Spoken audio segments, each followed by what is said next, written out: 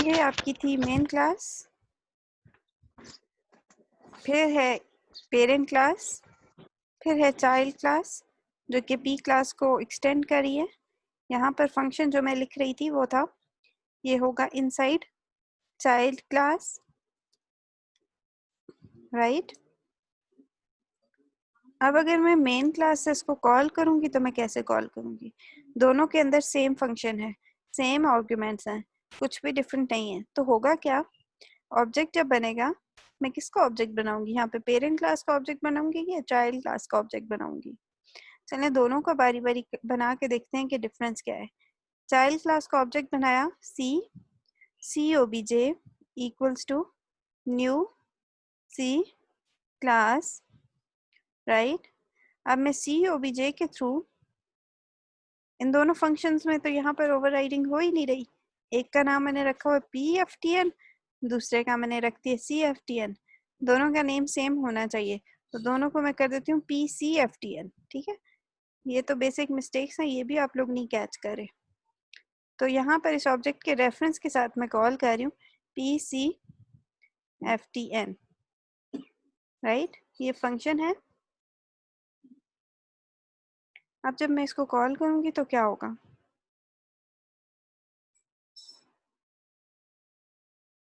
अच्छा, चाइल्ड के रेफरेंस से हमने इसको कॉल किया था, तो उसने कॉल किया है void pcftn के अंदर इनसाइड चाइल्ड क्लास को, यानी चाइल्ड क्लास को कॉल हो गया और पेरेंट क्लास कॉल नहीं हुई, ठीक है। यहीं पर मैं ज़रा ऑब्जेक्ट चेंज करती हूँ, पेरेंट का ऑब्जेक्ट बनाते हैं, फिर देखते हैं क्या फ़र्क पड़ेगा, ठीक है। अभी हमने क्या किया, पेरेंट का ऑब्जेक्ट बनाया और पेरेंट के ऑब्जेक्ट के थ्रू हम एक्सेस कर रहे हैं, तो पेरेंट का ऑब्जेक्ट ऑब्वियसली पेरेंट की फंक्शन को कॉल कर रहे हैं। लेकिन अगर मैं यहाँ पर बनाऊंगी चाइल्ड का ऑब्जेक्ट और चाइल्ड क्लास के थ्रू मैं कॉल करूंगी, तो ये हो जाएगा उसको हाइड करने वाला। उसको इसने हाइड कर दिया, अब ये दिखा रहा है सिर्फ चाइल्ड क्लास का। अगर मैं चाइल्ड क्लास से पेरेंट क्लास के फंक्शन को कॉल करूं ऐसे करके, super dot P C F T N, तो क्या होगा? अब आप इसको रन करें। सुपर रिप्रेजेंट करता है हमेशा पेरेंट क्लास को, तो जैसे ही सुपर जो है वो कॉल होगा तो सुपर क्लास का ये वाला फंक्शन कॉल होगा, और सुपर क्लास का ये फंक्शन है P C F T N जो कि कॉल होगा, उसके बाद चाइल्ड क्लास का फंक्शन कॉल होगा। तो ये सीक्वेंस यूं चलेगा। ये थी एग्जांपल ओवरराइडिंग की, ठीक है। ओवरलोडिंग की एग्जांपल बहुत सिंपल है, उसमें आप किसी भी जगह पे एक आर्गुमेंट पास करें और उसको आप शो कर दें। यहाँ पर ये खत्म हो जाता है इसकी एग्जांपल। तो नेक्स्ट एग्जांपल देखते हैं।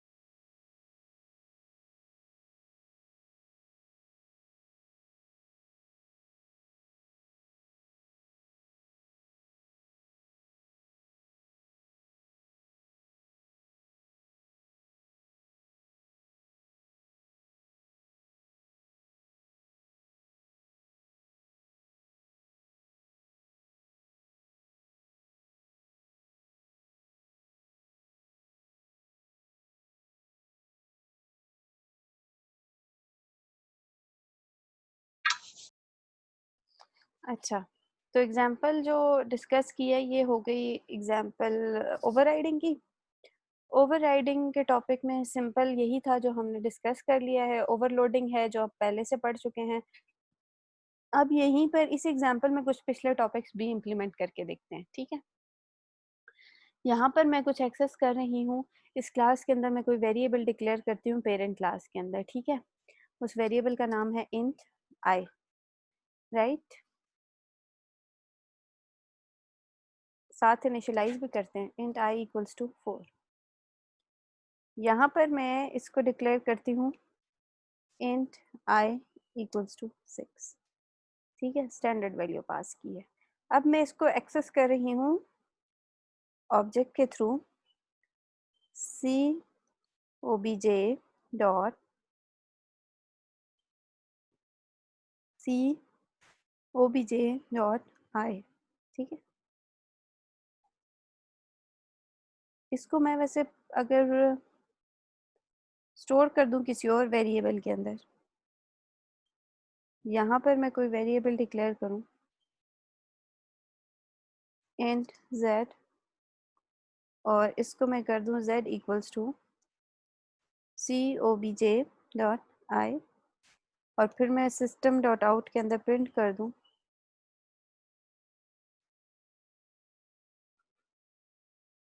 तो ये मैंने क्या किया यहाँ पर, अब कॉल क्या होगा, पहले पेरेंट का फंक्शन कॉल होना चाहिए था। सबसे पहले तो ये मेन क्लास से एग्जीक्यूशन स्टार्ट करेगा ना, तो यहाँ पर हेलो वर्ल्ड को कॉल करेगा। उसके बाद देख रहे हैं कि सी क्लास का ऑब्जेक्ट बना हुआ है, ठीक है, किसका बना हुआ है, सी क्लास, चाइल्ड क्लास का ऑब्जेक्ट है। तो चाइल्ड क्लास का ऑब्जेक्ट एग्जीक्यूट होने से पहले ये यहाँ कहाँ पर जाएगा, यहाँ पर जाएगा पेरेंट क्लास में, इसका रेफरेंस लेने के लिए, क्योंकि ये एक्सटेंड कर रहा था पेरेंट क्लास को, ठीक है। रेफरेंस आ गया, फिर उसके बाद उसने जो है स्टेटमेंट प्रिंट की, कौन सी, पेरेंट स्टेटमेंट। किस वजह से, इस स्टेटमेंट की वजह से, ये जो हमने इस फंक्शन के अंदर लिखा हुआ है ना, super dot P C F T N, यहाँ से जैसे ही ऑब्जेक्ट के रेफरेंस के साथ आपने ये फंक्शन कॉल किया, object dot P C F T N, तो वो फंक्शन तो ये रहा P C F T N, यहाँ पर भी P C F T N है, यहाँ पर भी P C F T N है, दोनों जगहों पे सेम फंक्शन है और सेम नेम सेम सिग्नेचर के साथ यहाँ ओवरराइडिंग होगी, जिसकी वजह से पेरेंट का जो फंक्शन है वो हाइड हो जाएगा और जो चाइल्ड का फंक्शन है वो विजिबल रहेगा। चाइल्ड का फंक्शन विजिबल होगा और ये वैल्यू जो है वो चाइल्ड की प्रिंट करेगा इनसाइड चाइल्ड क्लास। लेकिन यहाँ पर आपने एक और वैल्यू दी हुई है, एक और लाइन, एक और स्टेटमेंट लिखी हुई है जो है super dot P C F T N, यानी ये लाइन प्रिंट होने से पहले super dot P C F T N को भी कॉल करो। तो super dot P C F T N वो है जो कि पेरेंट क्लास का P C F T N है, ये वाला, ठीक है। तो पेरेंट क्लास का P C F T N call होगा, ये स्टेटमेंट प्रिंट होगी, फिर उसके बाद चाइल्ड क्लास का P C F T N call होगा, तो ये क्लास, ये वाला शो होगा। फिर हमने क्या किया, C O B J dot I, C O B J dot I क्या है, आई ये वेरिएबल है जो इस क्लास में भी सेम है, इस क्लास में भी सेम है। एक हमने यहाँ पर डिस्कस किया, अगर दोनों के अंदर सेम फंक्शन हो सेम सिग्नेचर के साथ तो फिर कैसे एक्सेस करेंगे, वो हमने सुपर के साथ एक्सेस किया। दूसरा जो हम इस प्रोग्राम में part of view, point of view देख रहे हैं वो ये है कि दोनों के अंदर अगर सेम वेरिएबल हो सेम डाटा टाइप के साथ तो तब क्या एक्सेस होगा, तब भी एक्सेस जो है वो सिर्फ चाइल्ड क्लास का हो रहा है जो कि 6 है। पेरेंट क्लास का अगर आपने एक्सेस करना है तो वो कैसे एक्सेस करना है, पेरेंट क्लास का एक्सेस करने के लिए भी अगेन आपको सुपर कीवर्ड यूज करना पड़ेगा, ठीक है। अगर आप चाहते हैं, जैसे यहाँ पर मैं चाहती थी मैं पेरेंट क्लास का भी मेंशन करूँ, मैं चाइल्ड क्लास का भी मेंशन करूँ, तो वो फिर मैंने सुपर के थ्रू दोनों को मेंशन किया। तो यहाँ पर भी मुझे कुछ ऐसा करना पड़ेगा कि सुपर के थ्रू मुझे एक्सेस मिल जाए दोनों का। तो इस क्लास में अगर मैं करूँ सुपर डॉट आई, तो इसका मतलब क्या होगा कि ये सुपर डॉट आई को स्टोर कर रहा है। यहाँ पर मैं इंट बी कोई वेरिएबल बनाती हूँ और वो उस बी के अंदर जो है वो B equals to super dot I कर रहा है, और यहीं पर मैं एक और प्रिंट स्टेटमेंट लिखूंगी जो कि क्या करेगा, यहाँ पर प्रिंट कर देगा किसकी वैल्यू को, मैम ये हम मेन क्लास में नहीं बना सकते सुपर, जो उसको आई भी की बताती वैल्यू हूँ, उधर की थी जी के। उसका भी बताती हूँ। अब आपने क्या किया, 4 और 6 मेन क्लास में अगर आप सुपर लिखेंगे, सुपर रिप्रेजेंट क्या करता है, अब शुजात के क्वेश्चन की तरफ चलते हैं। सुपर रिप्रेजेंट करता है कि जिस क्लास में मैं हूँ इस क्लास का तुम मुझे पेरेंट क्लास के रेफरेंस पर ले चलो, ठीक है।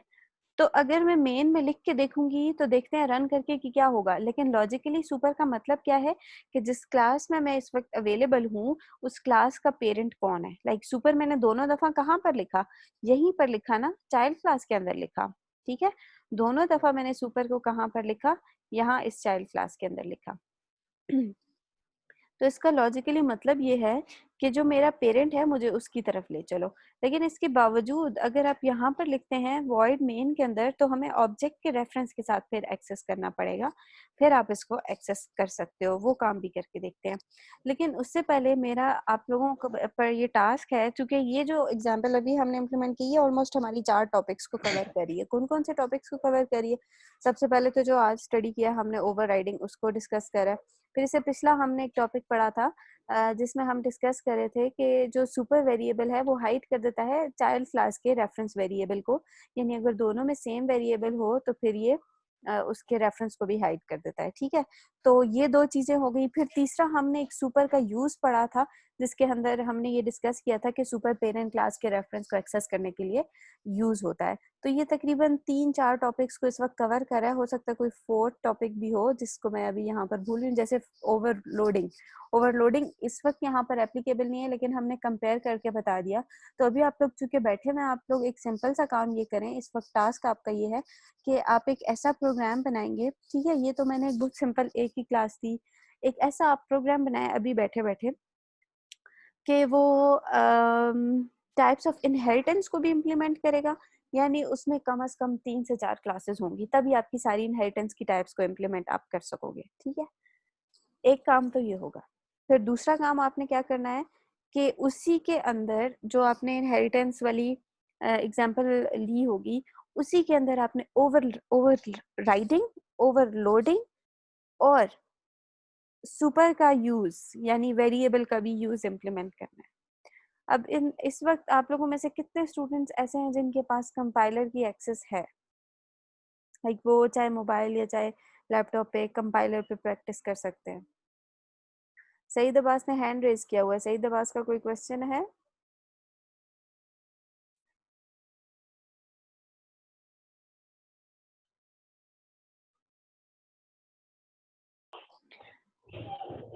प्रोग्राम के अंदर एक फिगर क्लास है और फिगर के अंदर 2 डायमेंशंस है, ठीक है, डायमेंशन 1 और डायमेंशन 2। फिर नेक्स्ट लाइन में फिगर का कंस्ट्रक्टर है और कंस्ट्रक्टर के अंदर 2 आर्ग्यूमेंट्स पास हो रहे हैं, डायमेंशन 1 और डायमेंशन 2, ठीक है। फिर उसी पेरेंट क्लास के अंदर जो है वो एक फंक्शन है जिसका नाम एरिया है, जिसकी रिटर्न टाइप डबल है, ठीक है। और आप क्या कर रहे हो, area for figure is undefined, इसके अंदर ये स्टेटमेंट लिखी हुई है।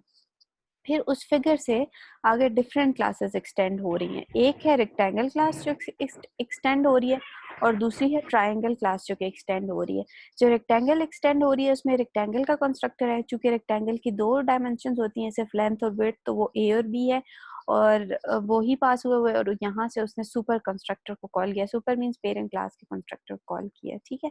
ट्रायंगल की भी सिर्फ लेंथ और एल्टीट्यूड और बेस 2 आर्गुमेंट्स होते हैं। इसने भी बिल्कुल वही काम किया है, इसने भी यहाँ पे सुपर के पेरेंट को कॉल किया, सुपर लिख के पेरेंट क्लास के कंस्ट्रक्टर को कॉल किया है, ठीक है। फिर इसके अंदर भी एक डबल एरिया का फंक्शन है, इसका अपना फॉर्मूला है और ट्रायंगल का अपना फॉर्मूला है, ठीक है।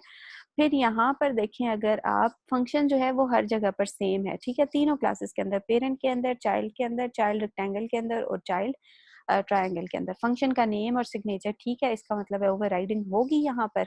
लेकिन अगर आप गौर करें तो तीनों जगहों पे इम्प्लीमेंटेशन डिफरेंट है। यहाँ पे ट्रायंगल रेक्टेंगल का फॉर्मूला है, रेक्टेंगल का फॉर्मूला होता है सिर्फ लेंथ इनटू विड्थ, यानी आप डायमेंशन 1 को मल्टीप्लाई कर रहे हैं डायमेंशन 2 के साथ, ठीक। जबकि दूसरे केस में अगर आप देखें, ट्रायंगल जो है, ट्रायंगल के अंदर डायमेंशन होता है, इसका formula half of length into breadth, यानी आप दोनों डायमेंशंस को मल्टीप्लाई करते हैं और उनका हाफ जो है वो रेक्टेंगल ट्रायंगल का एरिया होता है।